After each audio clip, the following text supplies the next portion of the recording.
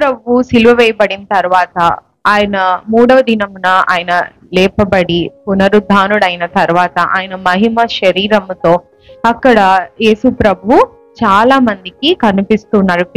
అక్కడ సీమోనుకు కనిపించాడని ఇక్కడ అందరూ మాట్లాడుకుంటూ ఉన్నారు, యేసు ప్రభు కనిపించాడు ఆయన అని.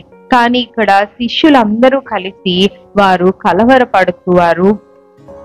కలవరపడుతూ మేడగదిలో వాళ్ళు తలుపులు వేసుకొని వాళ్ళు కలవరపడుతూ దుఃఖిస్తూ బాధపడుతూ ఉన్న సమయంలో యేసు ప్రభు అక్కడ వారిని దర్శించి అక్కడికి వచ్చి, మీరెందుకు కలవరపడుతున్నారు, వై ఆర్ సో వరీడ్, మీరెందుకు బాధపడుతున్నారు అని ఇక్కడ క్వశ్చన్ చేస్తున్నారు. ఇంకా తర్వాత మీ హృదయములలో సందేహములు పుట్టనేలా, మీకెందుకు డౌట్, యేసు ప్రభు ఆయన వాళ్ళ శిష్యులందరితో ఉన్నారు, వారితోనే ఆయన శిష్యులందరూ యేసు ప్రభువుతోనే వాళ్ళు ఎంతో సమయం గడిపారు, ఆయనే ప్రభు అని వారు నమ్మారు. అయినా కూడా వారికి డౌట్, సందేహం. యేసు ప్రభు అంటున్నారు, ఇదిగో ఆయన గాయపడిన హస్తాలను వారికి చూపిస్తున్నారు, ఇదిగో నేనే యేసు ప్రభువునని ఆయన చూపించుకుంటున్నారు అన్నమాట. ఇంకా అంతటా ఆయన మోషే ధర్మశాస్త్రములోని ప్రవక్తల గ్రంథములలోనూ కీర్తనలలోనూ నన్ను గూర్చి వ్రాయబడినవన్నీ నెరవేరవలనని మీ యొద్ద ఉండినప్పుడు మీతో చెప్పిన మాటలు నెరవేరినవని వారితో చెప్పెను. మనము 45వ వచనం 45th verse చూసినట్లయితే, అప్పుడు వారు లేఖనములు గ్రహించినట్లుగా ఆయన వారి మనస్సును తెరచి, యేసు ప్రభు అక్కడ శిష్యుల మనస్సును తెరిచారంట.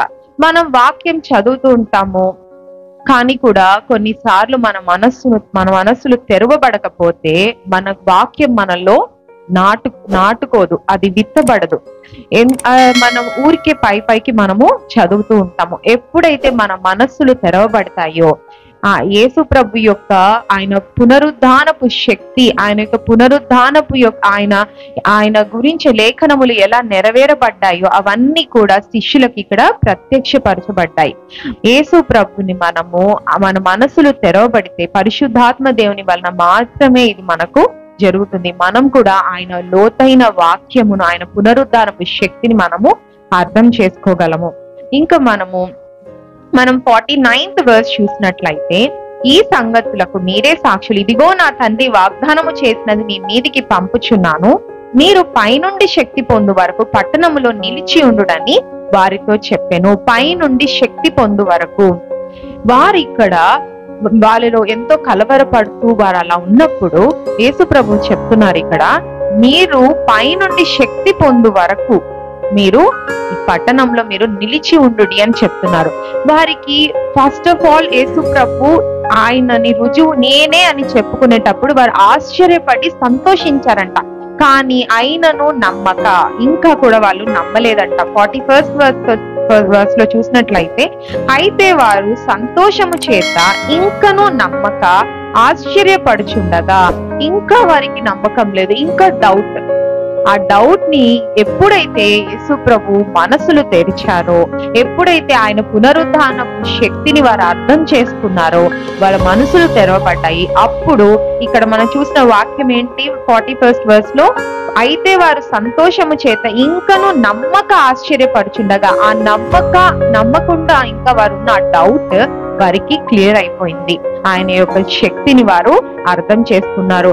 ఇంకా మనము 50th verse లో చూసినట్లయితే, ఆయన బేతనియ వరకు వారిని తీసుకొని పోయి చేతులెత్తి వారిని ఆశీర్వదించెను. ఆయన వారిని చేతులెత్తి ఆశీర్వదించాడంట. ఆయన చేతులు, మేకులతో కొట్టబడిన ఆ చేతులు మన కోసం, ఆయన మనల్ని విడిపించడానికి, మన కలవరం అంతా మనల్ని మనకున్న కలవరాలు, ఉదయం నిద్ర లేవంగానే అనవసరమైన కలవరాలు, ఎన్నో దుఃఖము, ఎవరైనా కలవరం లేని మనిషి ఎవరైనా ఉన్నారంటే ఖచ్చితంగా ఏదో ఒక కలవరం మనసులో ఉంటుంది. బాధ, దుఃఖం, వేదన, ఏదో ఒక చింత ప్రతి ఒక్కరి మనసులో ఉంటుంది. అది అందరికీ చెప్పుకోలేని చింత ఉంటుంది. కొన్ని షేర్ చేసుకుంటాం, కొన్ని మనము షేర్ చేసుకోలేము.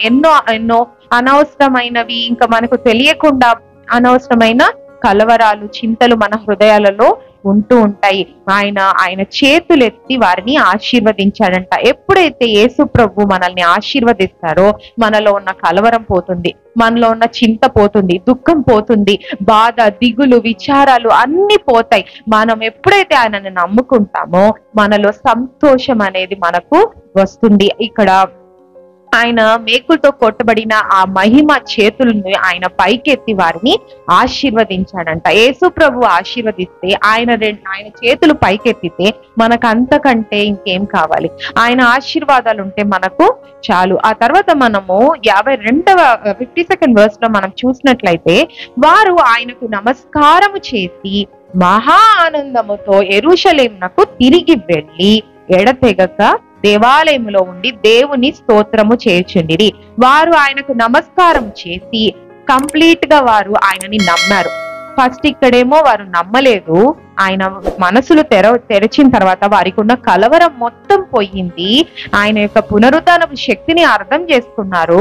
యేసు ప్రభు వారిని చేతులెత్తి ఆశీర్వదించాడు.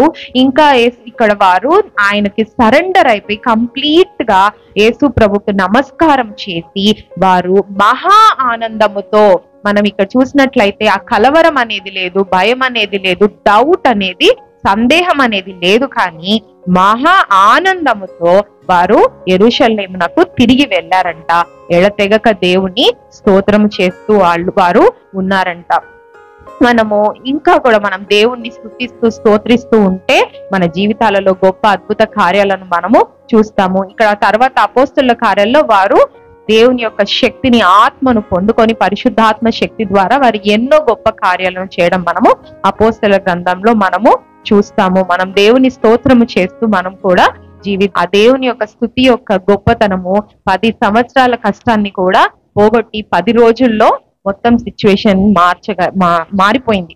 ఆయన కథ మొత్తం మార్చగలడు. ఆయన ఏమైనా చేయగలడు. ఆయన మన పరిస్థితులన్నీ మార్చగలడు. మనకి ఇంకా కొంచెం కష్టకాలం ఉంటే వాటన్నిటిని కూడా తీసివేసి ఆయన 10 సంవత్సరాలు కష్టపడాల్సింది 10 రోజుల్లో మన జీవితాలను ఆయన మార్చగలిగిన శక్తి గల సామర్థ్యుడు మన యేసు ప్రభు. ఆయన నమ్ముకున్నాము.